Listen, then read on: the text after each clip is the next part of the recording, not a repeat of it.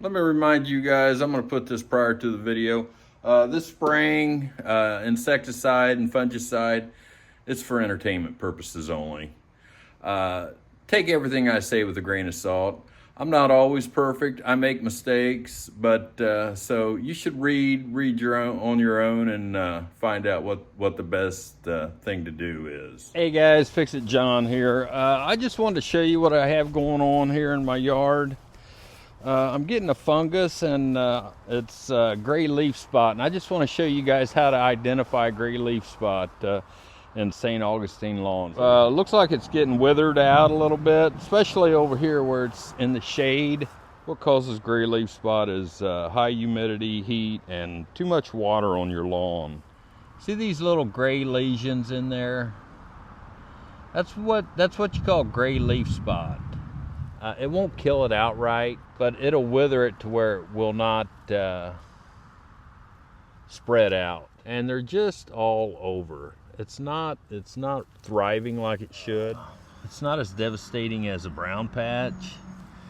But if you suspect brown patch, you inspect it by pulling these leaves apart, these blades of grass apart. And if you see it, if it's slimy, like right down here in the bottom, right here, or purplish color, that's when you know you have brown patch. This is relatively healthy and green at the bottom of this. I also have some spots over here. See how withered it is? That's gray leaf spot. So we are going to have to spray. I didn't have to spray last year. I don't like to spray, but I will if I have to, because I don't want to put a $10,000 lawn in. But what we're going after today is gray leaf spot and sod webworms with this stuff. Fleas, cockroaches, outdoor pests, biting flies, stuff like that, wasp with this stuff here. But we're gonna mix it all into one tank, and I'll show you what we have going on here. There's my tractor. It's a little snapper rider. But what I'm gonna put the chemical in is this tank here. I've had this thing since I'm gonna say around 2011. And the only thing I've really done to it was replace the tires. It had air tires on it, and I went and got some hard rubber tires because I got tired of fixing leaks and dragging a trailer around with flat tires. So, all right, guys, this stuff right here, Oxy 50 WDG, and what WDG stands for is water dispersible granules. It's a fungicide, but the oxystrobin, it's good stuff. You put this stuff on, it's a systemic. This stuff here, it's like Banner Max. But this is the generic version, and the what you're looking for is this right here, Propiconazole, and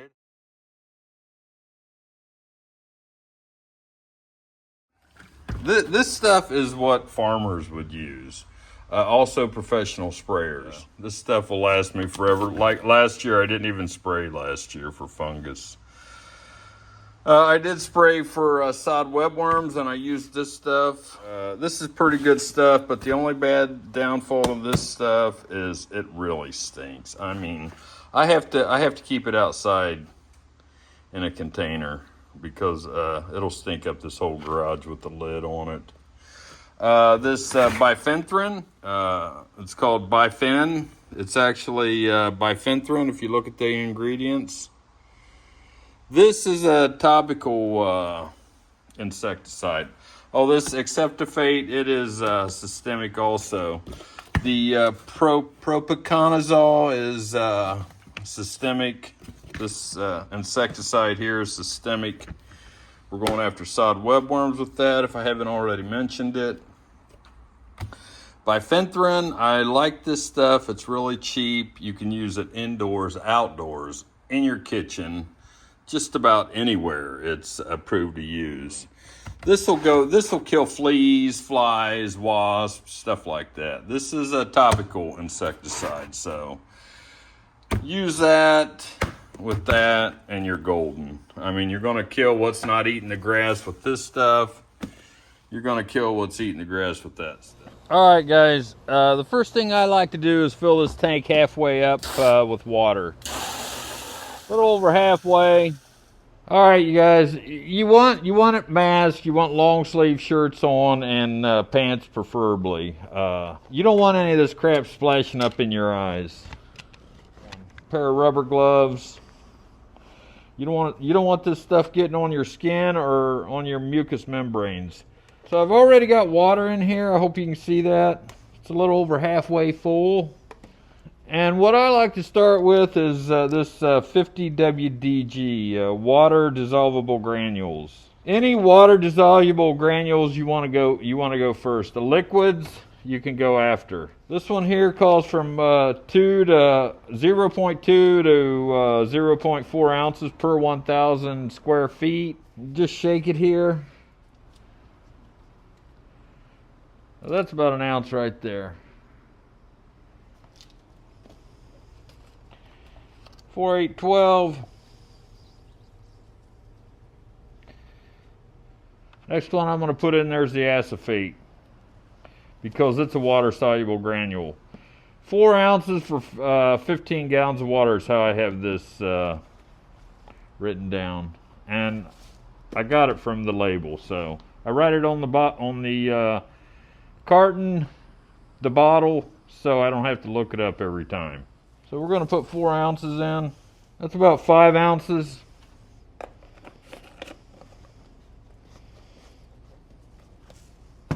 That's good enough.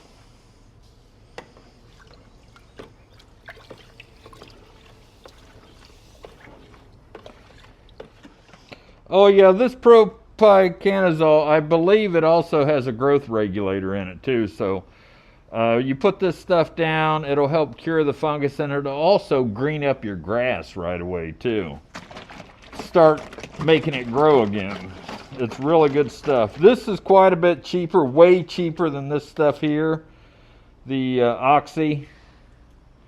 I think this is like 135 bucks for this bottle here. I'm gonna put like 34 ounces in it.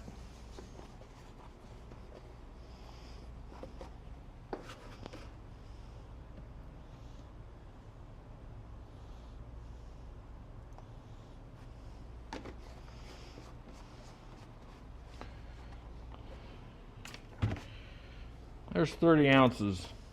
All right, guys, the last thing I'm putting in it is this Bifen.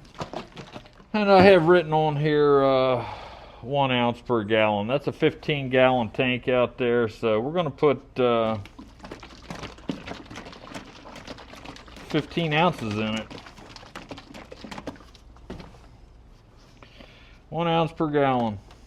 All right, there it is right there.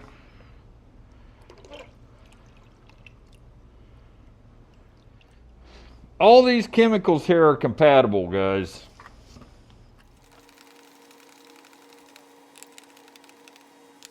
Yeah, that's what it looks like, guys.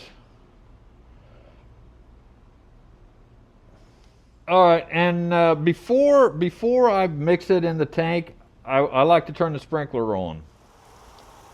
So I've got the sprinklers on to give that help that spray, give it a little fluidity, help use it as a catalyst to get that fungicide down in the roots, because those are both systemic, and so is that that one insecticide. That'll help get it down. I mean, you can water it in afterwards, after you spray it, systemic fungicide. But I'm using that topical herbicide, or that topical insecticide, and I don't want to wash it away. And also it helps prevent it from burning it. If I had mixed it too strong, adds a little more water to the mix. All right, guys, I'll pour it in here, and it'll be pre-mixed.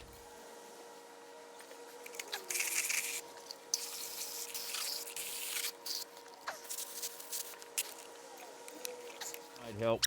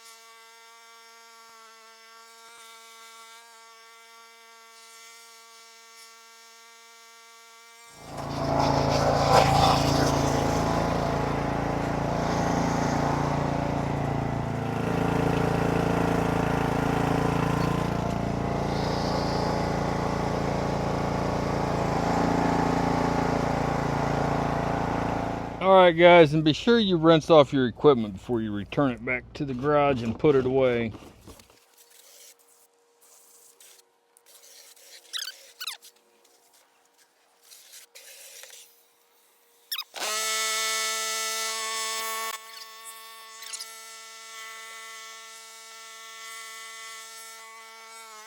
I think I was quoted $400 to have my lawn sprayed, and that was years ago. It was too much money, I couldn't afford it. But yeah, I like it a lot better now since I've gotten the hard tires on it.